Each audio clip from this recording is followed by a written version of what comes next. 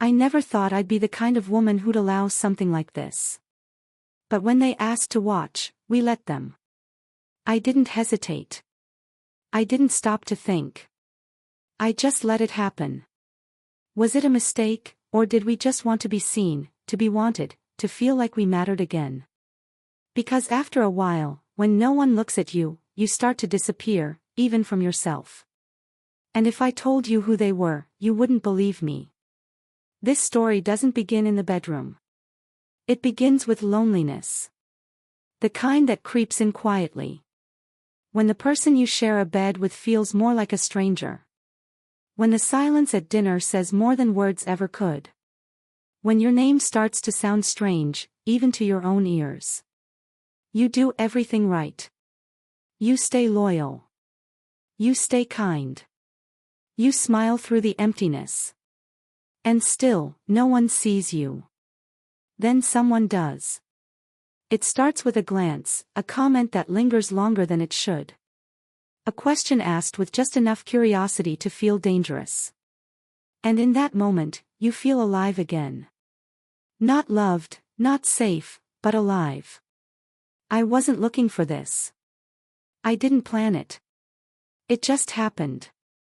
And once the line was crossed, there was no going back. They asked to watch, not with words at first, but with eyes, with silence that asked louder than anything ever spoken. And when I said yes, I think part of me knew I'd never be the same. So before I tell you everything, take a second to subscribe to Secrets and Lies. These aren't just stories. They're confessions. Mine, and maybe yours too. I'm 36, married for 10 years, and if you asked anyone who knows us, they'd probably say Elliot and I are a power couple. They'd say we have it all. A beautiful house, stability, a quiet kind of success that looks perfect from the outside. But they don't see what happens behind closed doors. They don't hear the silence. The kind that fills every room like smoke. Elliot works in finance. He's smart, sharp, always one step ahead of everyone, except me, because somewhere along the way, he stopped seeing me. He leaves early, comes home late. Sometimes he forgets to say goodnight. Sometimes he doesn't forget, he just chooses not to. And I've become background noise in my own life. The house we live in is everything I thought I wanted. It's big. It's clean. It's beautifully decorated, but it's cold. Not in temperature, in presence. Like every chair, every painting, every room has been untouched for years. Even the air feels still. Dinner most nights is just me at the table. I cook like someone's going to notice. I set 2 plates. He always says he ate at the office, and I just nod. Across the fence, right next door, lives Sienna, my best friend since college. She's been through her own kind of war, divorced, cheated on, left to raise herself all over again. But she's light, not in the way that's bubbly or fake. She's the kind of light that finds you when you didn't know you needed warmth. She's always checking in, dropping by with wine, reminding me I still exist. And then there's Caleb, Sienna's younger brother, mid-20s, quiet, watchful. He visits often, mostly to see her, but he's always polite, kind. There's a gentleness in him that's rare. A way he listens when you speak, like he's hearing the words under your words. At first, I barely noticed, but over time, I started to feel his eyes lingering a little longer than they should. And instead of pulling away, I found myself holding that gaze just a second longer too. He never crossed a line, but the air shifted when he was near. And Sienna, she noticed. She always notices. One night, with a grin and half a glass of red in her hand, she said, "You two would look good together if you weren't married." She said it like a joke, but not really. And I laughed, but not really, because something in that moment felt like truth wrapped in humor. I didn't say anything, but I remember how my stomach fluttered. It was the first time in years I felt noticed. Not for what I do, not for keeping the house clean or showing up with a smile, but for existing. And that feeling, it was intoxicating. The days that followed didn't change on the surface. Elliot was still cold. The house was still quiet. But inside me, something had started to wake up. Caleb would come over more often, sometimes with Sienna, sometimes on his own, saying she forgot something and asked him to grab it. He never stayed long, but his presence lingered after he left. In the way my chest felt warm, in the way my lips parted as if to speak, only I didn't know what to say. I started choosing outfits more carefully. Nothing obvious, but deliberate. And Sienna, she'd wink. She'd tease, but never warned me. Never stopped it. Looking back, I wonder, did she know what she was doing? Did she want to watch this unfold from the very beginning? Or was it me? Maybe I was the one who let the door open a crack. And all it took was a glance. It was a Friday night. Sienna invited me over. Said she had a new bottle of red she wanted to try, and Caleb had just come in from out of town. Said, we all needed a break, a little reset. I almost said no. Elliot had been distant all week, more than usual. There was a coldness in the air between us, and I was tired of pretending not to notice it. But something in Sienna's voice, it pulled me in. Maybe I didn't want to be alone again that night. So I walked over, just after 8. Sienna was barefoot, music was low, and Caleb was already there, on the couch, laughing at something on his phone. He looked up when I walked in, and his eyes lingered. Just a second too long, just enough for me to feel it. We opened the wine. Sienna made one of her snack boards, cheese, grapes, olives. It was casual, easy, the kind of night that didn't demand anything from you. We talked about nothing, about everything. Sienna teased Caleb about a girl who ghosted him. He smirked and changed the subject. Then he turned to me and said, "You look really happy tonight." I froze for a moment, because I wasn't, but something in his voice made me feel like I could be. I laughed it off, said, "It must be the wine." He just smiled, held my gaze for a beat longer than he should have. And Sienna noticed.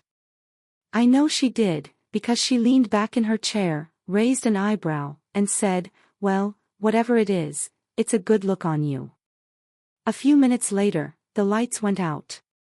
Just like that, everything stopped. Power outage. The whole street. Sienna groaned, grabbed a few candles from the drawer, and lit them without missing a beat. She always had a way of turning inconvenience into charm. The house suddenly felt different, softer, more intimate. The flicker of candlelight danced on the walls, casting shadows that felt alive. Caleb stood beside me, close. Too close. His arm brushed mine as he reached for his glass, and I didn't move. Sienna left the room to grab her phone, saying she wanted to check the outage map. It was quiet, just me and Caleb, and the sound of the wind outside. I got up to use the bathroom. It's just down the hallway, past the living room mirror. I didn't realize the light from the candle in the kitchen was reflecting just enough for that mirror to catch me. I changed my shirt. Nothing dramatic, just pulled my sweater off and slipped on a loose tank top. I was hot, from the wine, from the way he looked at me. And as I turned back toward the hall, I saw it. His eyes in the mirror, watching me. He didn't move. Didn't pretend to look away. He just stood there. I should have said something. Should have turned away. But I didn't. I stood there for a moment longer than I should have, knowing he saw me, knowing I wasn't stopping him. Then Sienna's voice rang out from the kitchen, "Caleb, grab another candle from the hallway drawer, would you?" He blinked, turned, walked off like nothing happened. But something had. Something had shifted. When I came back into the room, Sienna grinned. Her eyes flicked between me and her brother.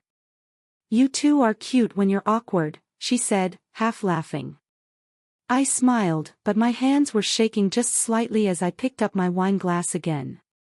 That night, I couldn't sleep.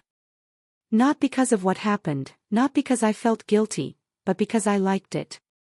I liked the way he looked at me, like I was something rare, like I was seen. And that scared me more than anything. After that night, I started noticing everything.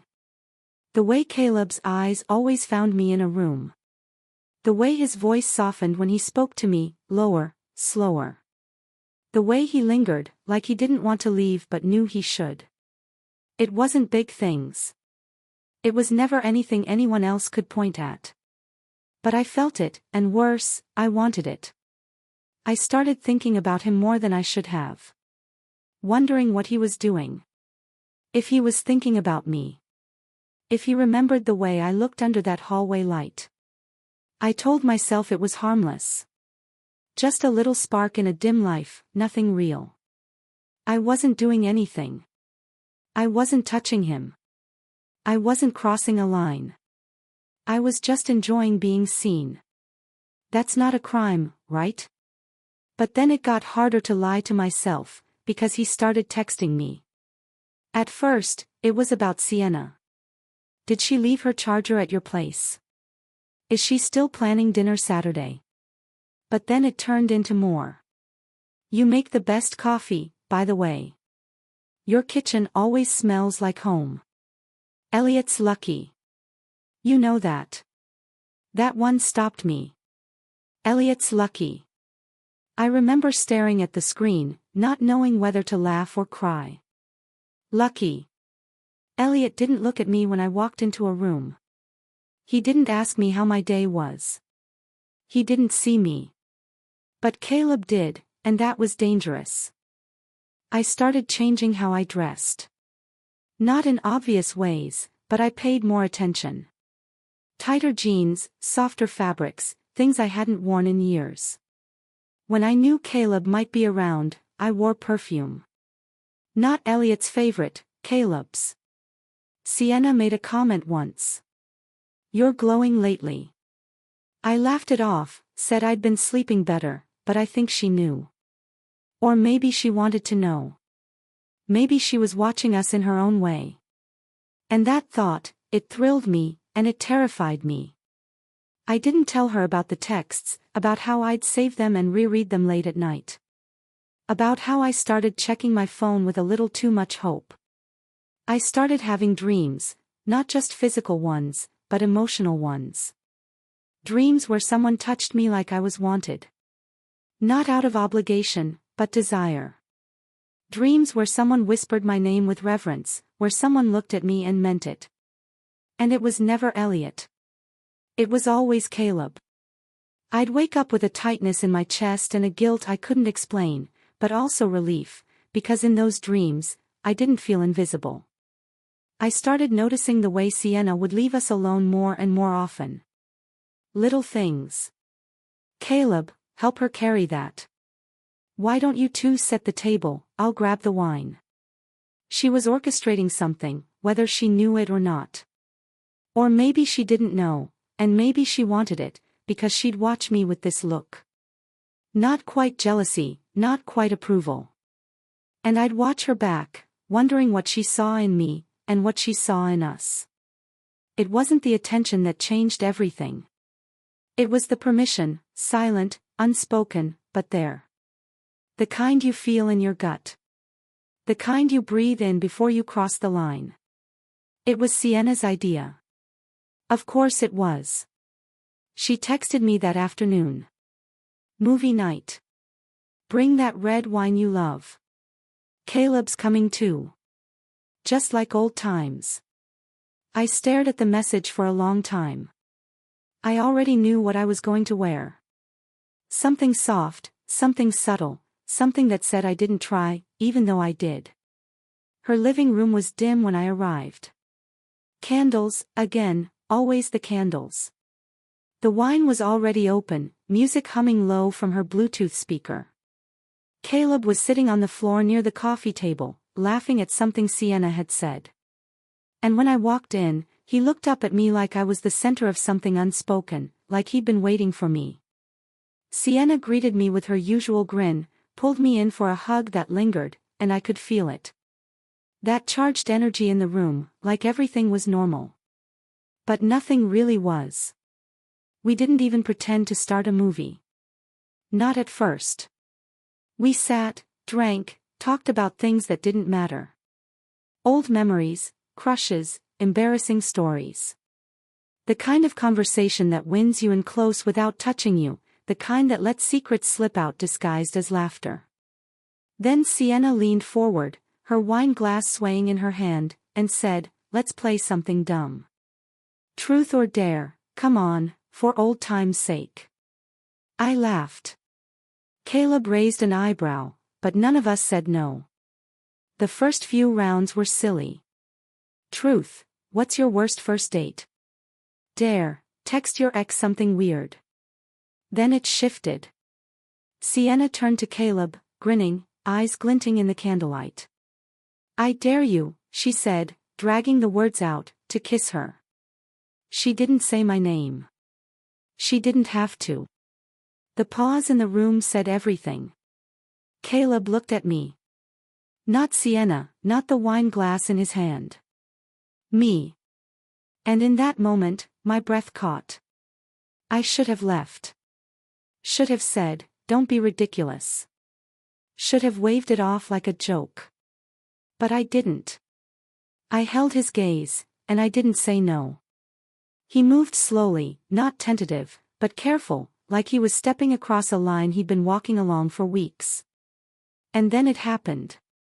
A kiss, just a peck, soft, quick. But the way my heart jumped, the way my skin burned where his lips had been. It lasted 1 second, but it opened a door I couldn't close. The room went still for a moment. Sienna leaned back, took a sip of her wine, and smiled. Then she whispered, so softly I almost didn't hear it, "I've always wanted to see you two together." Her voice was calm, measured, like she'd been waiting for that moment longer than either of us realized. And that's when it hit me. All of it, the invitations, the teasing, the moments she left us alone. She wanted this, not just for us, but for herself. She wanted to watch, not because she was jealous, but because it thrilled her. The closeness, the tension, the secret, she wasn't just keeping it, she was part of it. And in that moment, something inside me shifted again. I wasn't just wanted. I was allowed. And I didn't know what scared me more, that she gave us permission, or that I wanted to keep saying yes. I remember that night more clearly than I remember my own wedding. Not because it was loud or wild or dramatic, but because everything felt still, sharp, like time had slowed down just long enough for me to make a choice I couldn't undo. Sienna invited us both again. Same tone, same charm, like nothing had changed, even though everything had. "Movie night," she said in the text. Then, as if it were nothing, she added, "I just want front row seats this time." A joke, but not really. I stood in my kitchen, staring at those words. Front row seats. My hands were shaking as I poured the wine. And when I looked in the mirror before leaving, I didn't recognize the woman staring back at me. She looked alive. When I arrived, Sienna opened the door like she always did, smiling, effortless, like none of this was heavy, like she hadn't said the very thing that was echoing in my chest. Caleb was already there. He stood when I walked in. His eyes found mine instantly, and he didn't look away. Sienna floated through the room, pouring wine, fluffing pillows, dimming lights. She turned to us and said it, laughing, "Well, don't just stand there. Take your places. I'm just here for the show." I laughed, but my voice cracked, because I knew this wasn't just a game anymore. The night moved slowly, heavy with silence. The kind of silence that begs to be broken. Caleb sat beside me. Not too close, but close enough for my skin to hum. We didn't watch a movie. We didn't talk much. Sienna sat across from us, her legs folded under her, sipping wine like she had all the time in the world. Then he reached for me, not with greed, not with fire, but with care. Like I was something delicate, something he didn't want to break. His fingers brushed my wrist first, then my shoulder, then my cheek. He didn't ask. I didn't speak. And Sienna, she didn't move. She just watched, still, present. Not in shame, not in shock, but in silent approval. Caleb leaned in. And I met him halfway. His kiss wasn't rushed. It wasn't wild. It was real, like he had memorized every part of me before ever touching me. Like he wanted to honor the woman no one else had noticed for years. I didn't stop him. I didn't look away. His hands moved slowly, exploring, not claiming. Tender, not hungry. It wasn't lust. It was recognition. He looked at me like I was art. And Sienna, she looked at me like I was free. And for a moment, I was. Then, in the middle of it all, my phone lit up on the side table. Elliot. His name flashed once. Then again. I saw it. Felt the vibration through the table. Felt the world I was about to destroy pulse right there in front of me. But I didn't move. I let it ring. I let it fade. And when Caleb touched me again, I closed my eyes, because for the first time in years, I chose myself. The next morning, everything was different. It wasn't what anyone said. It was what we didn't. Caleb was already up when I stirred. Dressed, quiet. He didn't meet my eyes. Just offered a small nod, a half-smile that felt more like an apology than a hello. And Sienna, she was in the kitchen, humming, making coffee, like it was just another morning.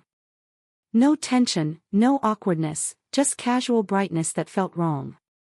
She handed me a mug and said, "You looked beautiful last night." Like it was normal, like what happened wasn't unraveling something inside me. I didn't answer.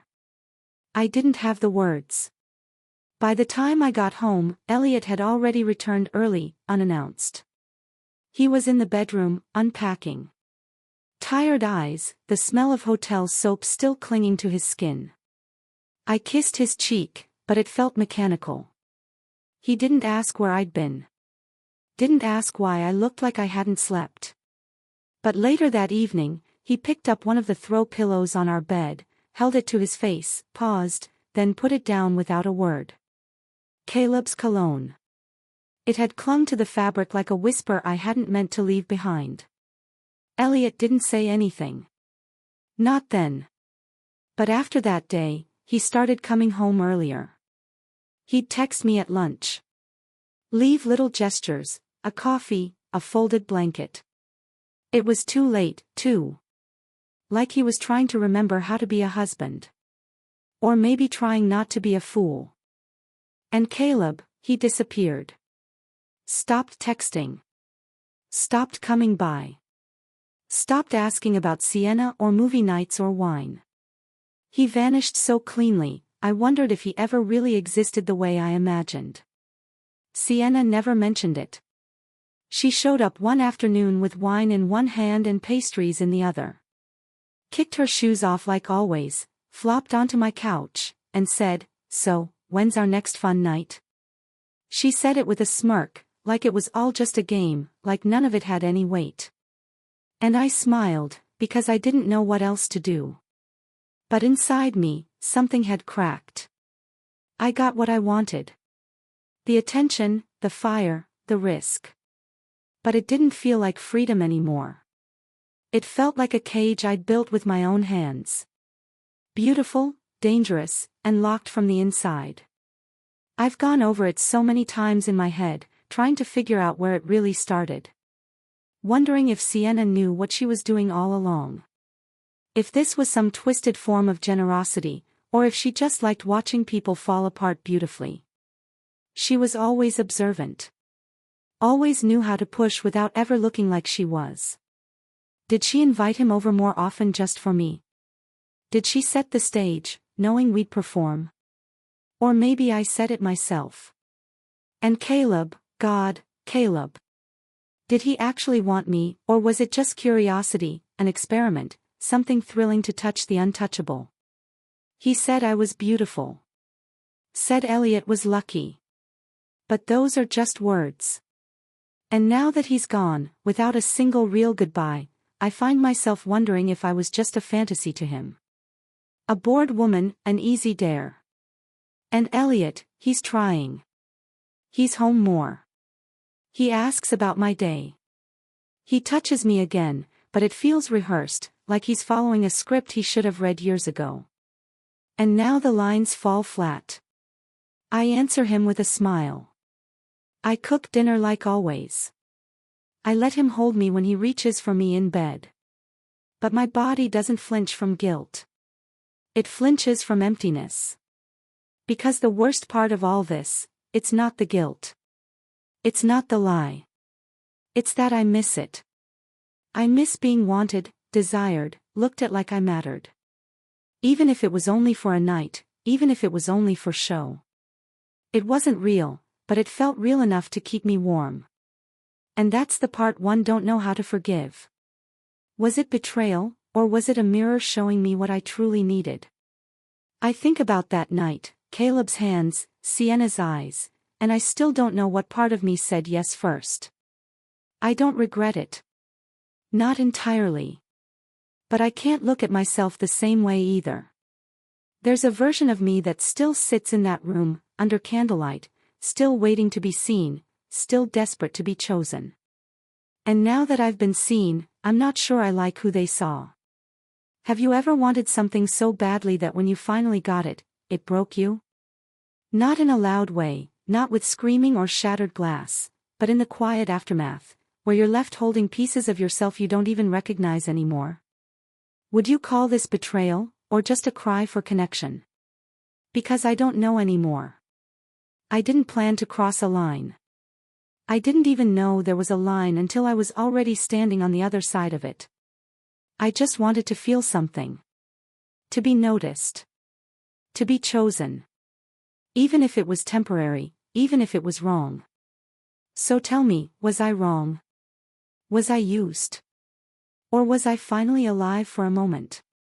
Soft sigh, like she's holding something in her chest she can't quite name. Tell me in the comments. Be honest, because I can't be the only one who's ever felt this way. Gentle, earnest. And if you've ever felt torn between being faithful and being fulfilled, if you've ever stood at the edge of a moment and wondered who you really were underneath the silence, subscribe to Secrets and Lies. We don't just tell stories here. We expose the heart, one truth at a time. Loneliness is dangerous. It doesn't kick the door in. It doesn't scream in your face. It slips in quietly, sits beside you, and tells you lies in a voice that sounds like comfort. It convinces you that anything is better than feeling invisible. That attention, any kind, is proof that you still exist. And sometimes, the people watching you, they're not watching out for you. They're just curious, just entertained, just waiting for the moment you fall apart. But the real betrayal, the one that stings the longest, is when you stop seeing yourself. When you stop believing you're worthy of love that stays, that holds you without asking to perform. That chooses you without needing a front row seat to your undoing. So maybe I was wrong. Or maybe I was just lost. Either way, I'll never be the same.